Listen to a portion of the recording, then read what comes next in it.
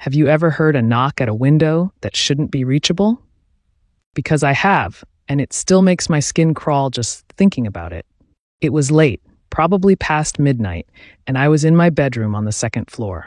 The snow outside was falling steadily, blanketing the yard and muffling every sound. The house was quiet, the kind of quiet that lets your mind play tricks on you if you let it.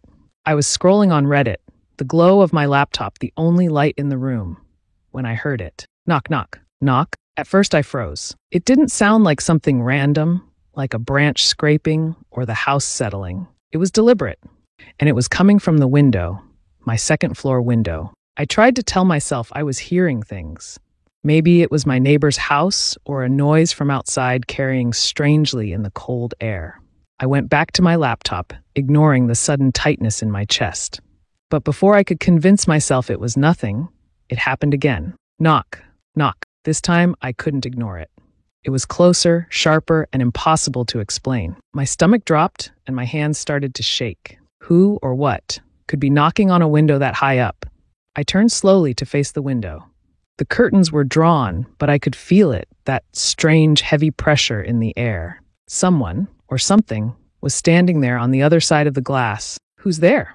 I whispered, my voice barely audible. No answer. The only thing I could think to do was get closer, even though every part of me was screaming not to.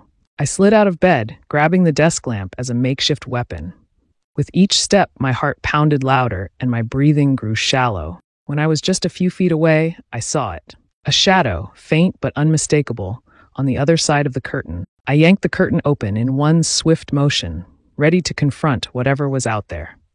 But the space beyond the glass was empty. No figure, no shadow, nothing but falling snow and the stillness of the night. For a second, I thought maybe I was losing it. But then I saw the handprint. It was faint, but clearly there, pressed against the outside of the glass. My house doesn't have a tree near that window. No ledge, no balcony, nothing that would let anyone climb up there. It didn't make sense. It couldn't have been there. And yet it was. The rest of that night was a blur of locking every door and window, pacing the house, and sitting awake with every light on. I kept telling myself it was just a prank, maybe a kid with a ladder or someone trying to scare me. But the next morning, when the snow stopped, I found something I couldn't explain. I went outside to check under the window. The snow was smooth except for a set of footprints, bare footprints. They started directly under the window and ended just a few feet away. There was no trail leading to or from the house. No sign of anyone walking through the yard. Just those footprints, starting and stopping, as if the person, or whatever it was, had appeared out of nowhere. I stood there for a long time, staring at the prints, trying to make sense of them. But no explanation came to mind that didn't make my stomach churn. I wish I could say that was the end of it. But it wasn't. This was only the beginning. Stay tuned for episode 2, The Footprints.